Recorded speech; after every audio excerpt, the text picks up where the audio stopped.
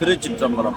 எல்லாம் வல்ல உமையூர் பாகனுடைய திரு அருளாலும் நால்வர் பெருமக்களுடைய குரு அருளாலும் அடியேன் மயிலாடுதுறை ஆலயத்திலும் சிதம்பரம் ஆலவாய் அண்ணல் தேவார பாடசாலையினுடைய தேவார ஆசிரியராகவும் பணி செய்து வருகின்றேன். சுவாமிகளுடைய செயல்பாடுகள் பெருமானுடைய செயல்பாடாக கருதுகின்றேன்.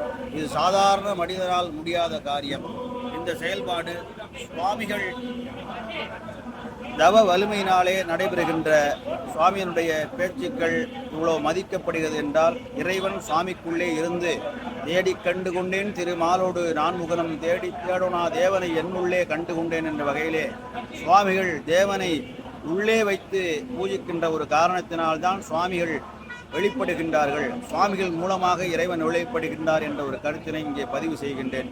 சுவாமிகள் திருவடிக்கு வணக்கம் செலுத்தி சுவாமிகளை தரிசிக்கும் பாக்கியத்தை அடியேன் என்று பெறுவேனோ என்று விண்ணப்பம் செய்து முடிக்கின்றேன். திருச்சிற்றம்பலம். வணக்கம். கைலாசவாசியாக இப்போதே பதிவு செய்யுங்கள்.